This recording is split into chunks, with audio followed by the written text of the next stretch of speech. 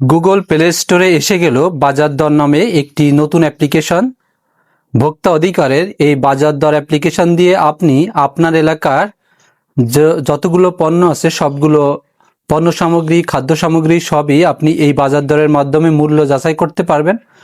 আর এই যদি বাজার দরের মাধ্যমে আপনি দেখেন মূল্য খুব বেশি নিচ্ছে, সেই ক্ষেত্রে ভোক্তা অধিকার আইনে আপনি অভিযোগ করতে পারেন।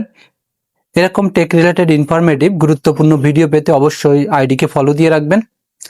আপনি আপনার ফোনে যে গুগল প্লে স্টোর আছে সেই প্লে স্টোরে যে বাজার দর নামে সার্চ দিন, তাহলে বাজার দর নামে এরকম একটি অ্যাপ্লিকেশন পেয়ে যাবেন।